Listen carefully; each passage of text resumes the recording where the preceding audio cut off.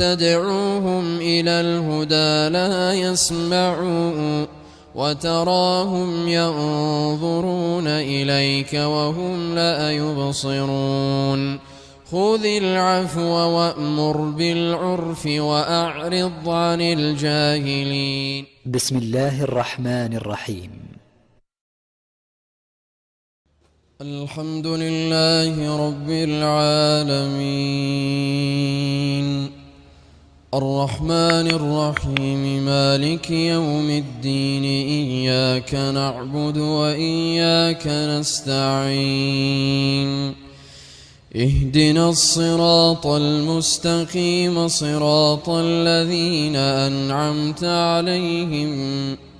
غير المغضوب عليهم ولا الضالين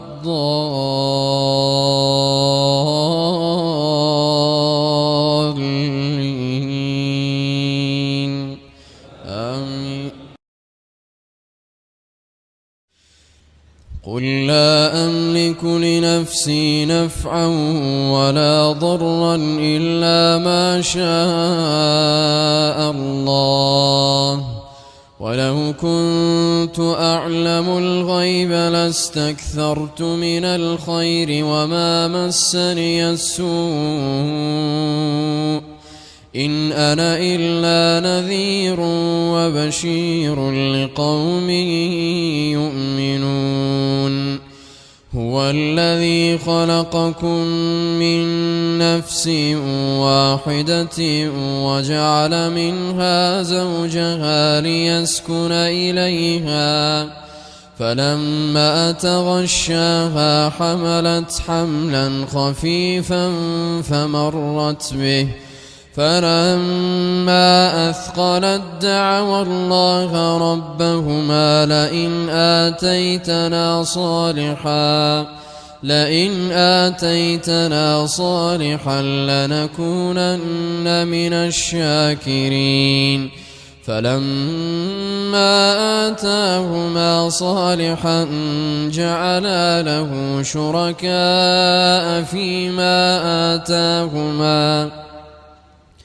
فتعالى الله عما يشركون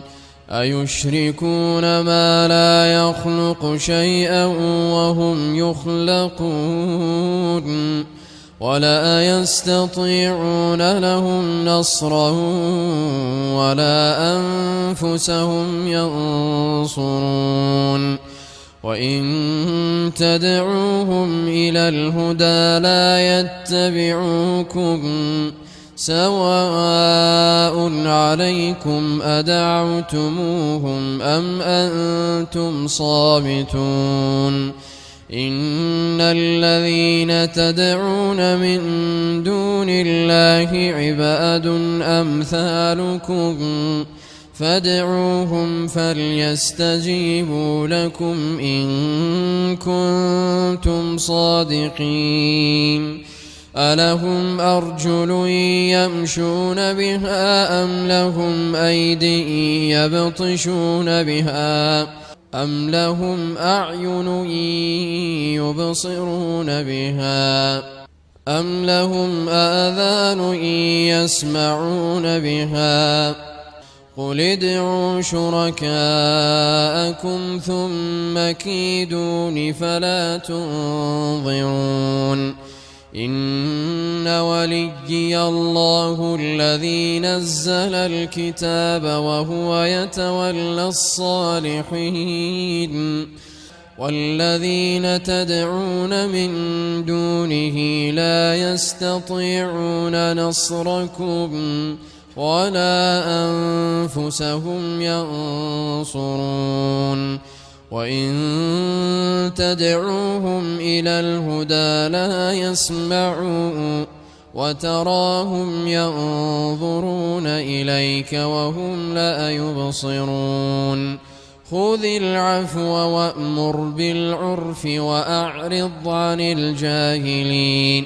وإما ينزغنك من الشيطان نزغ فاستعذ بالله إنه سميع عليم الذين اتقوا إذا مسهم طائف من الشيطان تذكروا فإذا هم مبصرون وإخوانهم يمدونهم في الغي ثم لا يقصرون وإذا لم تأتهم بآية قالوا لولا اجتبيتها قل إنما أتبع ما يوحى إلي من ربي هذا بصائر من ربكم وهدى ورحمة لقوم يؤمنون وإذا قرئ القرآن فاستمعوا له وأنصتوا لعلكم ترحمون واذكر ربك في نفسك تضرعا وخيفة